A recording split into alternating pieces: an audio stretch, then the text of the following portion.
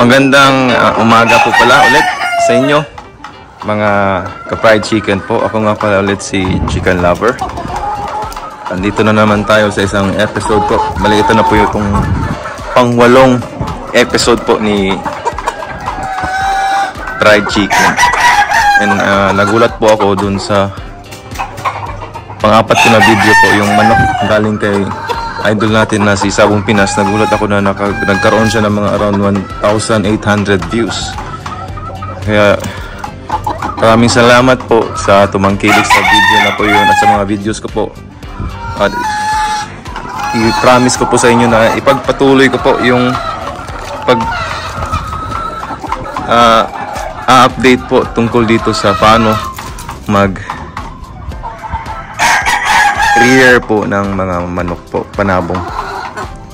Mali, ito po yung update natin sa pinaka first episode natin. If naalala nyo po yung crooked toes po o yung crooked toes po, mali, ito na po silang dalawa. Mga kaka 3 months lang po nito yung dalawa. So yun, nakita nyo naman po yung paa nila. Wala talagang pinagbago, nakailang tape na po ako dito sa left foot nila. If mapapansin nyo po ito, yan, crooked po. Tapos yung kabila, crooked din. Yan. So kahit anong gawin ko po dito, hindi yata to siya madidiretso na. Now, siguro kung mas maaga ko itong napansin, siguro nung bata pa lang ito, kung mga around first week of their chick days, ito, siguro naayos ko po yung paa. Pero kaso, nagulat ako dito sa kanilang dalawa. Lumabas lang yung pagka-crooked nila nung around mga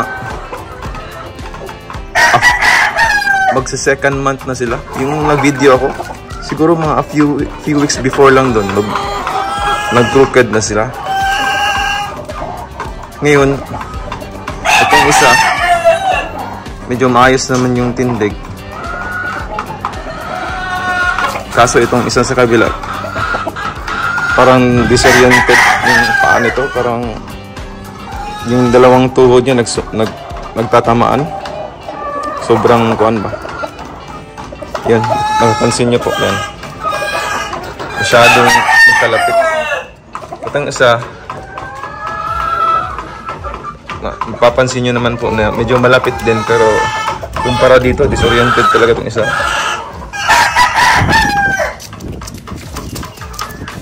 Medyo naawa nga ako dito kung anong gagawin ko dito, pero siguro ikakal ko na siguro po ito. Yung nasa pangalawa. Although nagdadalawang isip akong ikal dahil nga naawa, bukod sa awa ko. Itong isa naman po, ito yung crooked pa rin ko ito siya. Yung right naman po niya na foot, crooked din po.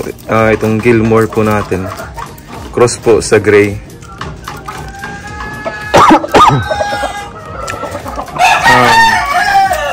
Nasa kaka 6 months lang nito po nung April, May, June, July, August, September. Ayun, magsa 7 months na po ito ngayong October 8 po.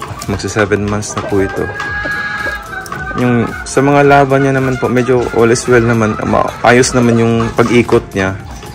Pero yun nga po, di ko lang alam kung anong magiging plano ko dito. Siguro pagugulangin ko lang, tapos ilalaban sa mga friends ko na po yung bahalang maglaban nito sa tukada. Pero magkuhan naman po. Pero to as conclusion po, bali yung nag-fail po yung ginawa natin na experiment na i-try natin sanang i-diretso yung crooked toes po. So ayun, siguro pag nag-breeding po ulit ako, plano ko mag-breeding simula ngayong January. Kung may mag-crooked ulit, itry nating obserbaran. Wala, ito po yung mga kapatid nila. Ayan. Ito po. Sila. Yung mga paa, okay naman. Ayan, ito po. Ito po yung kapatid mismo. Ayan. Siguro next time po, pagka may crooked na naman po, itry natin mas maaga yung, siguro 1 week. Itry natin i-observe na mas maaga po. So yun lang po. Maraming salamat po. Ako nga pala ulit po si Fried Chicken, ang chicken lover po ng Cebu. At pag-amping mo tanan, mag-ingat po kayo. At maraming salamat po ulit sa pagtangkilik ng ating channel po. God bless po. Salamat.